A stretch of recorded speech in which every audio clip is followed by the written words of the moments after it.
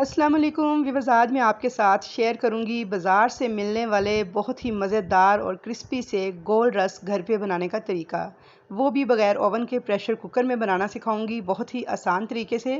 तो इंशाल्लाह ताला मेरे टी केक रेसिपी की तरह आपको रस बनाने की रेसिपी भी बेहद पसंद आएगी। तो बस आपने क्या करना है, वीडियो को फुल वॉच करना है, कोई भी स्टेप मिस नहीं करना है। तो ऐसे ही क्रिस्पी ज़बरदस्त किस्म के रस आपके भी बन के तैयार होंगे। तो चलिए रेसिपी स्टार्ट करते हैं। मज़ेदार से रस बनाने के लिए सबसे पहले मैं यहाँ पे एक छलनी में 1.25 कप मैदा लूँगी, यानी 1 कप और 1/4 कप। इसको मैं छान लूँगी और अब मैं इसके अंदर डाल दूँगी पीसी हुई चीनी 2 टेबल स्पून। अगर आपके पास पीसी हुई चीनी ना हो तो आप चीनी को ब्लेंडर जार की डिब्बी में डाल के पीस लीजिएगा और फिर इस्तेमाल कर लीजिएगा। साथ ही मैं इसमें डाल दूँगी 2 टेबल स्पून खुश्क दूध। मैंने यहाँ पे नीडो का साशे पैक इस्तेमाल किया है, आप चाहें तो कोई सा भी दूध इस्तेमाल कर सकते हैं। और अब मैं इसके अंदर डाल दूँगी यीस्ट 1/2 टेबल स्पून। तो यीस्ट आपने जब भी इस्तेमाल करना है कोशिश करें फ्रेश साशे जो है वो यूज़ करें।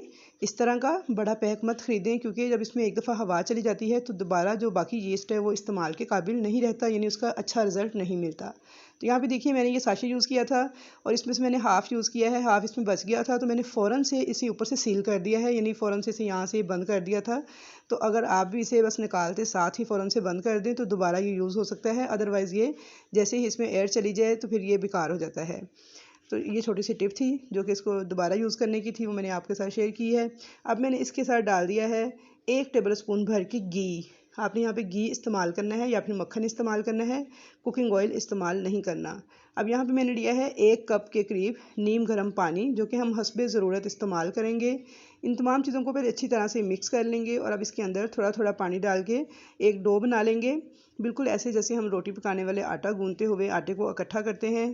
तो ये डो जो है थोड़ी नरम होनी चाहिए, सख्त तो बिल्कुल भी नहीं होनी चाहिए। तो बस आपने इसे आटे के स्टाइल में इस तरह से सारा इकट्ठा कर लेना है। तो ये देखिए यहाँ पे बिल्कुल नरम सी एक डो जो है इसकी तैयार हो गई है। तो अब आपने क्या करना है, इसको इस तरह से स्ट्रेच करना है, यानी इसे इस तरह से खींचते जाना है, टैप एंड स्ट्रेच करते जाना है। इससे क्या होगा, एक तो हमारी डो के अंदर लचक पैदा होगी बहुत शानदार किस्म की, दूसरा यीस्ट जो है वो इसमें एक्टिवेट होगा। अब ये हाथों के साथ बहुत ज़्यादा स्टिकी सी फील होगी आपको, जैसे देखिए हाथों के साथ चिपकती हुई फील होगी, लेकिन आपने इसे 5 से 7 मिनट तक मुसलसल इस तरह से पटकते जाना है, यानी इस तरह से टैप एंड स्ट्रेच करते जाना है यहाँ तक कि ये थोड़ी सी मुलायम शक्ल में आ जाए। तो यहाँ पे देखिए मैंने इसे 4 से 5 मिनट मुसलसल टैप एंड स्ट्रेच किया था, फिर 2 मिनट मैंने इसे इसी तरह छोड़ दिया था। अब मैंने ऊपर 1 टीस्पून के बराबर डाला है घी और दोबारा से इसे देखें इस तरह से गूंद लेना है, बिल्कुल ऐसे जैसे रोटी पकाने वाले आटे को गूंदते हैं। और व्यूअर्स यहाँ पे आप नोट कर रहे होंगे कि अब ये बिल्कुल एक मुलायम सी शक्ल में आ चुकी है और हाथों के साथ बिल्कुल भी चिपक नहीं रही है। तो ये देखिए जब तक इस तरह से इस फॉर्म में नहीं आ जाती आपने इसे गूंदते रहना है कि बिल्कुल मुलायम सी इसकी लुक हो जाएगी और ये हाथों को चिपकना बंद कर देगी। हल्का सा ऑयल जो है वो मैंने हाथों को लगा लिया था। तो यहाँ पे देखिए डो हमारी जो है इस तरह से तैयार हो चुकी है। अब मैं आपको इसकी कंसिस्टेंसी दिखाऊं कि ये देखिए इतनी नरम होनी चाहिए, सख्त तो बिल्कुल भी नहीं। तो बस अब एक बाउल लेंगे, बाउल को मैंने अंदर से ऑयली कर लिया था, अच्छी तरह से मैंने सारा घी जो है बाउल के अंदर लगा दिया था। थोड़ा सा घी मैंने इसके ऊपर लगाया है और इसको मैं सीलिंग रैप लगाकर एयर टाइट करके बंद कर दूँगी और 1 घंटे के लिए मैं इसी तरह किचन काउंटर पर छोड़ दूँगी। अगर सर्दी का मौसम हो तो किसी गर्म कमरे या हीटर वाले कमरे में छोड़िएगा, लेकिन आजकल मौसम गर्म है तो इसी तरह किचन काउंटर पर ही ये राइज़ हो जाएगी। तो यहाँ पे देखिए माशाल्लाह से 1 घंटा हो चुका है, डो हमारी बहुत अच्छे तरीके से राइज़ हो चुकी है, कितनी ज़बरदस्त फूल के राइज़ हुई है ये आप देख सकते हैं। नीचे से भी मैं आपको दिखा दूँ, ये देखिए ये हमारा फर्स्ट स्टेप है जो कि बहुत ही ज़बरदस्त किस्म का कंप्लीट हो चुका है कि डो हमारी बहुत अच्छे से राइज़ हो चुकी है। जितनी अच्छी आपकी डो राइज़ होगी उतनी ही ज़बरदस्त जो है आपकी रेसिपी तैयार होगी, तो इस बात का आपने ख़ास ख्याल रखना है। अब मैं इसे पंच डाउन करूँगी और इसकी सारी हवा निकाल दूँगी। तो ये देखिए थोड़ा सा मैंने इसे 1 से 1.5 मिनट तक इस तरह से गूंद लिया था और इसे गूंदने का मकसद ये है कि इसके अंदर जितनी भी हवा वगैरह है वो सारी निकल जाए। तो यहाँ पे देखिए डो को मैंने फिर से गूंद के मुलायम कर लिया है 1 मिनट तक और अब मैं इसको इस तरह एक पेड़े की शक्ल में बाउल से निकाल के काउंटर पे रखूँगी। और अब मुझे इसके पेड़े तैयार करने हैं, लेकिन उससे पहले मैं आपको दिखा दूं कि मैंने इसके लिए जो बेकिंग ट्रे रेडी की है। तो यहाँ पे देखिए मेरे पास ये स्टीमर वाली एक जाली थी, मैंने इसके ऊपर आज मैं बेक करूँगी रस को। आपके पास अगर ये ना हो तो आप इस तरह की प्लेट भी यूज़ कर सकते हैं सिंपल, और ये वाला स्टैंड यूज़ कर सकते हैं इस प्लेट के नीचे।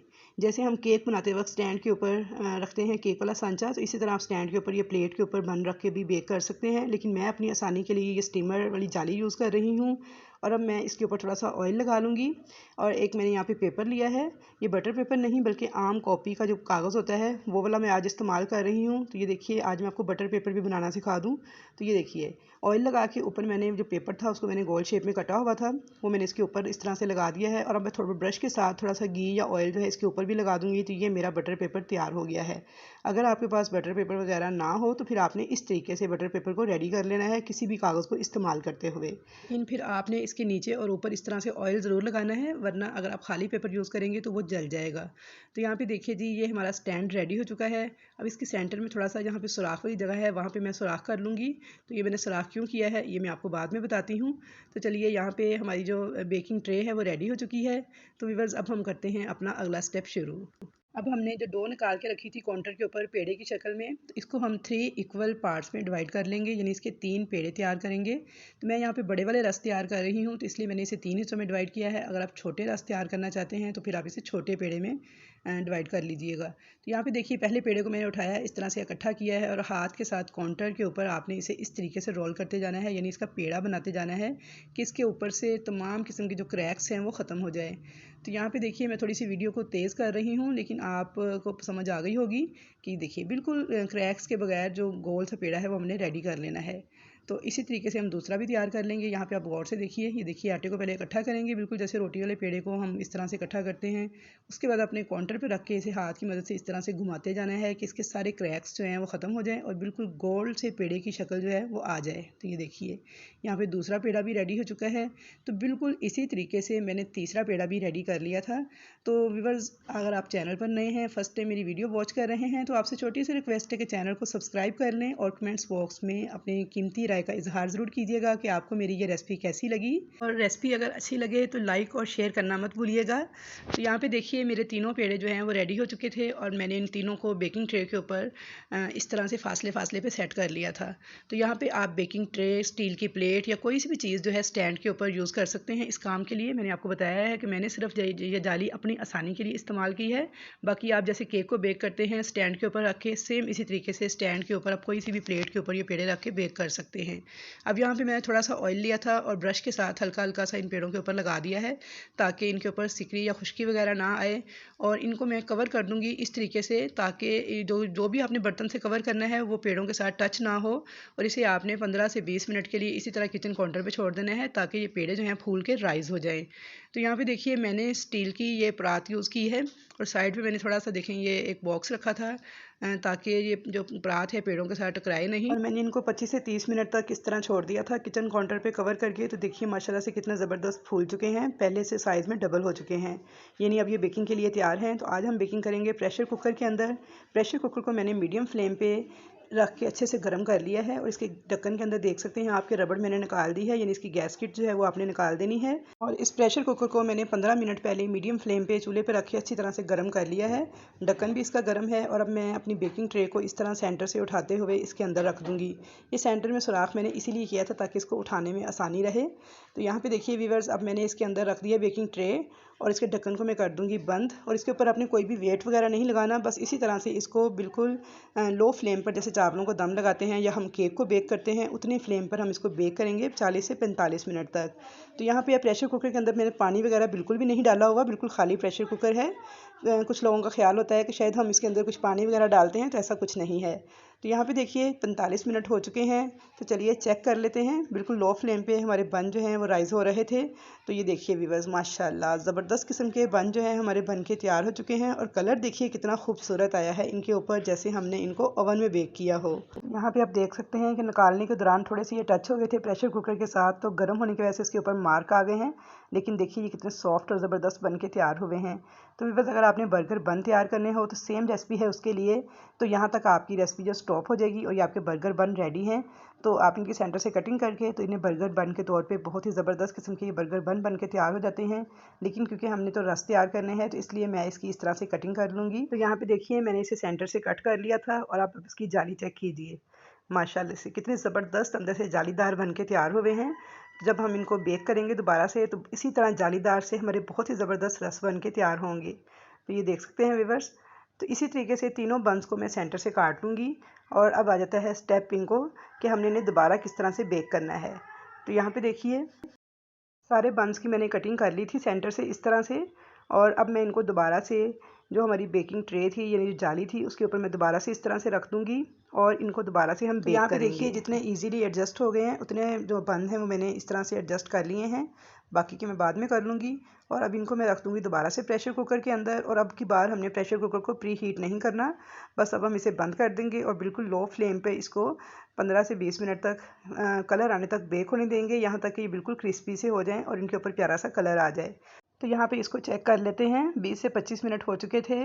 तो ये देखिए माशाल्लाह कितने ज़बरदस्त हमारे जो रस हैं वो तैयार हो चुके हैं। कलर देखिए इन पे कितना खूबसूरत आ गया है और बिल्कुल क्रिस्पी से लग रहे हैं दिखने में ही। तो टाइम थोड़ा सा कम ज़्यादा हो सकता है बर्तन के हिसाब से और गैस के प्रेशर के हिसाब से, तो इसलिए आप टाइम थोड़ा सा प्लस माइनस कर लीजिएगा। अगर आपके ना बेक हों या आपको लगे कभी थोड़े सॉफ्ट हैं तो आप इनको मज़ीद थोड़ा सा बेक कीजिएगा। अब यहाँ पे देखिए इन पर भी इतना खूबसूरत कलर भी आ चुका है। तो अब हम इनकी साइड को चेंज करेंगे और सिर्फ 5 से 7 मिनट तक इसे दूसरी साइड से भी दोबारा से कर लेंगे बेक, ताकि दोनों साइडों से ये क्रिस्पी भी हो जाएं और इन पे अच्छा सा कलर भी आ जाए। तो यहाँ पे देखिए मैंने इनकी साइड को चेंज कर दिया था, प्रेशर कुकर को मैंने दोबारा से बंद कर दिया था। और अब की बार हमें टाइम थोड़ा लगेगा क्योंकि प्रेशर कुकर हमारा गर्म हो चुका है। तो यहाँ पे देखिए इसे फिर से क्लोज़ कर देंगे। तो यहाँ पे मैंने इसे मज़ीद 10 मिनट तक बेक कर लिया था दूसरी साइड से भी। तो चलिए अब चेक कर लेते हैं। तो ये देखिए माशाल्लाह अल्हम्दुलिल्लाह बहुत ही खूबसूरत, बहुत ही ज़बरदस्त किस्म के हमारे जो रस हैं वो तैयार हो चुके हैं। तो अब इनको निकाल लेंगे और इनको एक प्लेट में एडजस्ट कर लेंगे। तो यहाँ पे मैं आपको चेक करवा देती हूँ कि ये देखिए कितने ज़बरदस्त, कितने क्रिस्पी बन के तैयार हुए हैं। ये देखिए कैसे चूरा बन के नीचे गिर रहे हैं। तोड़ के भी मैं आपको दिखा देती हूँ। तो आई होप व्यूअर्स कि आपको मेरी आज की ये रस बनाने की ये रेसिपी ज़रूर पसंद आई होगी। रेसिपी पसंद आए तो वीडियो को लाइक और शेयर करना मत भूलिएगा। चैनल पर नए हैं या फर्स्ट टाइम वीडियो वॉच कर रहे हैं तो चैनल को सब्सक्राइब ज़रूर कीजिएगा और कमेंट्स बॉक्स में अच्छे अच्छे कमेंट्स का इजहार कीजिएगा कि आपको मेरी ये वीडियो कैसी लगी और नेक्स्ट आप किस किस्म का कंटेंट देखना चाहते हैं।